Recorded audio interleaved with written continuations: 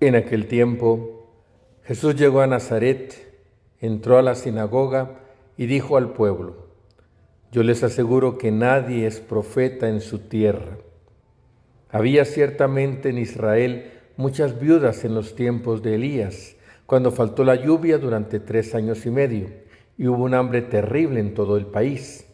Sin embargo, a ninguna de ellas fue enviado Elías, sino a una viuda que vivía en Sarepta, ciudad de Sidón. Había muchos leprosos en Israel en tiempos del profeta Eliseo. Sin embargo, ninguno de ellos fue curado, sino Naamán, que era de Siria. Al oír esto, todos los que estaban en la sinagoga se llenaron de ira, y levantándose lo sacaron de la ciudad y lo llevaron hasta un precipicio de la montaña sobre la que estaba construida la ciudad para despeñarlo. Pero él, pasando por en medio de ellos, se alejó de allí. Palabra del Señor. Gloria a ti, Señor Jesús. Comenta un autor espiritual: la Cuaresma es un tiempo especial para escuchar más atentamente la palabra de Dios. Nos preparamos para la Pascua limpiando los oídos del corazón para escuchar lo que Dios nos quiere decir. El Evangelio de este lunes de la tercera semana de Cuaresma nos presenta una escena dolorosa que nos tiene que hacer reflexionar.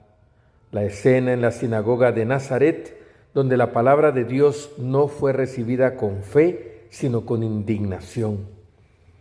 Los vecinos de Jesús estaban encantados mientras él hablaba de gracia y consuelo, pero en cuanto la palabra tocó sus prejuicios y cuestionó su exclusividad espiritual, pasaron de la admiración al intento de asesinato. A menudo nosotros hacemos lo mismo, tenemos un corazón selectivo. Nos encanta escuchar que Dios es amor, que nos perdona siempre y que estará con nosotros en las dificultades. Esa palabra nos consuela y la aceptamos fácilmente. Pero cuando la palabra nos cuesta, nos resistimos. Nos resistimos cuando Jesús nos pide perdonar al que nos ofende. Nos resistimos cuando Jesús nos pide salir de nuestra comodidad y egoísmo para servir a los demás. Nos resistimos cuando Jesús nos pide cumplir los mandamientos y las bienaventuranzas. Nos resistimos cuando Jesús nos pide arrancar de nuestra vida un determinado pecado. Tener un corazón bien dispuesto significa aceptar a Jesús por completo, aceptar todas sus enseñanzas, no solo las que coinciden con nuestras preferencias o las que no nos cuestan, sino todas sus enseñanzas. En Nazaret, el obstáculo que tuvieron los vecinos de Jesús fue la soberbia, que les llevó a rechazar la palabra de Dios porque no coincidía con sus pensamientos. La soberbia que les llevó a pensar que como un humilde carpintero iba a saber más que ellos. La soberbia que les llevaba a creer que ellos eran los buenos, los justos, los elegidos y todos los demás unos pecadores. Hoy podemos preguntarnos: ¿qué enseñanzas de Jesús me cuesta aceptar en este momento de mi vida? El perdón, la generosidad, la castidad, la paciencia, la honestidad. ¿Estoy dispuesto a pedir al Señor que suavice esa zona de mi corazón que se ha endurecido por mi soberbia o mi tibieza?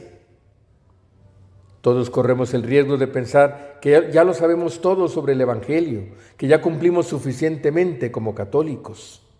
Esa rutina nos vuelve sordos a la voz de Dios que siempre quiere decirnos algo nuevo. En nuestra vida cristiana el mayor peligro es creer que ya estamos convertidos, creer que ya lo sabemos todo sobre la fe, creer que somos mejores que los demás. Dios no puede llenar el corazón de quien lo tiene lleno de sí mismo. Dios no puede perdonar al que no reconoce su pecado.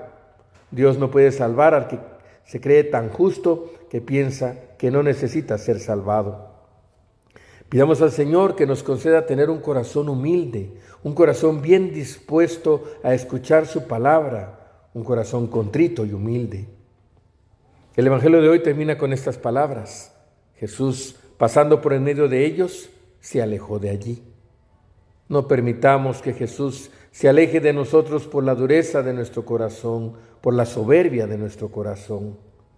Que nuestra Madre bendita, que acogió como nadie, con docilidad y humildad, la palabra de Dios, nos ayude.